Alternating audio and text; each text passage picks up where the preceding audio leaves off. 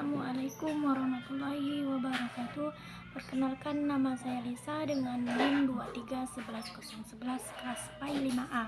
Saya di sini akan memenuhi tugas yang diberikan oleh dosen pengampu mata kuliah Kepemimpinan dan Perilaku Organisasi Pendidikan Islam yang diampu oleh dosen Bapak Dr. Ali Mazhar MPDI. Langsung saja saya di sini memilih kepemimpinan militeristik atau militaristic leadership adalah gaya kepemimpinan yang meniru sistem kepemimpinan dalam dunia militer, di mana disiplin, ketaatan, dan hierarki menjadi dasar utama dalam menjalankan organisasi.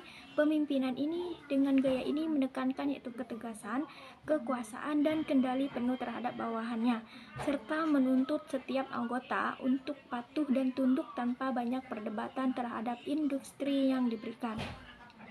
Baiklah, dalam konteks ini, pemimpinan dianggap sebagai otoritas tertinggi yang keputusan dan perintahnya harus dijalankan dengan segera dan tanpa penolakan. Model kepemimpinan ini sering dalam situasi yang membutuhkan ketertiban dan sangat efisiensi kerja seperti di lembaga-lembaga kemiliteran, kepolisian, atau organisasi yang menghadapi krisis dan membentukkan tindakan cepat serta terkoordinasi.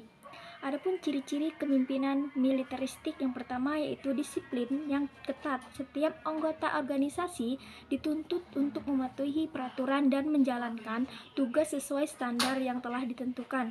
Pelanggaran terhadap disiplin biasanya akan mendapatkan sanksi yang sangat tegas. Terus yang kedua itu ada struktur hierarki atau yang kuat. Sistem komando dijalankan secara vertikal.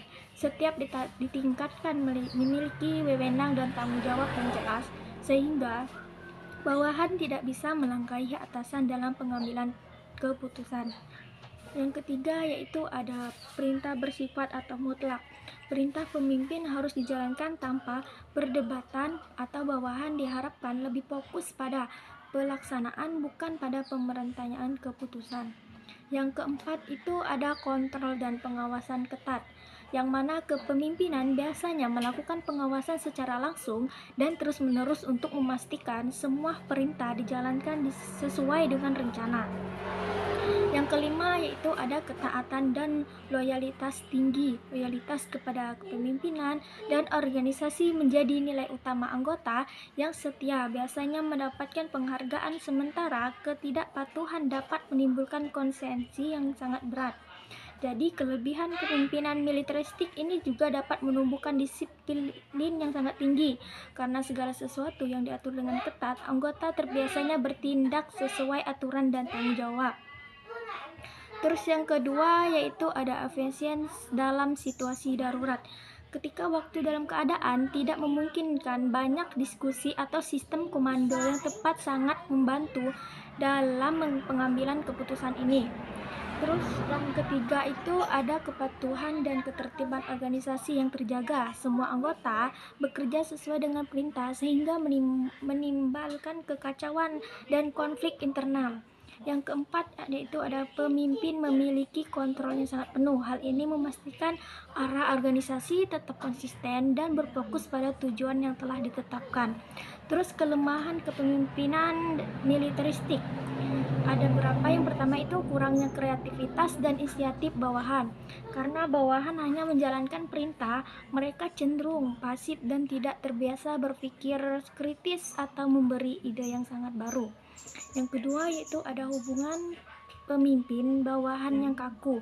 Pemimpin sering dipandang menakutkan dan jauh dari bawahannya, sehingga terjadinya komunikasi menjadi terbatas. Terus motivasi kerja biasanya menurunkan jika segala keputusan selalu datang dari atas bawahan, bisa merasakan tidak dihargai dan kehilangan semangat kerja. Yang keempat itu ada tidak cocok untuk organisasi yang membutuhkan inovasi, baik itu dalam dunia pendidikan, bisnis, kreatif, atau lembaga sosial. Gaya ini biasanya menghambat perkembangan karena kurangnya partisipasi partisipasi, dan ide-ide baru. Contohnya penerapan kepemimpinan militeristik ini yang pertama, dalam dunia militer, gaya ini sangat efektif karena setiap tindakan harus cepat, tepat, dan sangat disiplin. Terus yang kedua, ada dalam organisasi sipil, gaya ini terkadang diterapkan oleh kepemimpinan yang memulihkan ketertiban dan kedisiplinan, misalnya di sekolah atau perusahaan yang mulai tidak teratur. Namun, jika diterapkan secara berlebihan di luar konteks militer, gaya ini dapat menimbulkan kesan otoriter dan menekankan kebebasan anggota organisasi. Jadi, dapat kita simpulkan, kepemimpinan militeristik merupakan gaya kepemimpinan yang berfokus pada disiplin, hierarki, dan ketaatan penuh dengan terhadap perintah pemimpinnya. Gaya ini sangat efektif dalam suatu situasi yang membutuhkan ketertiban dan kecepatan pengambilan keputusan, namun kurang cocok untuk organisasi yang menuntut kreativitas, partisipasi, dan inovasi. Seseorang pemimpin ideal sebaiknya mampu menyeimbangkan ketegasan militeristik dengan pendekatan humanistik agar organisasi berjalan efektif sekaligus tepat memberikan ruang bagi pengembangan potensi anggotanya. Mungkin hanya cukup sekian yang dapat saya sampaikan. Apabila ada kata-kata yang salah, saya mohon ampun kepada Allah. Kepada saya minta maaf, kepada Allah saya mohon ampun. Wabillahi taufiq wal hidayah. Wassalamualaikum warahmatullahi wabarakatuh.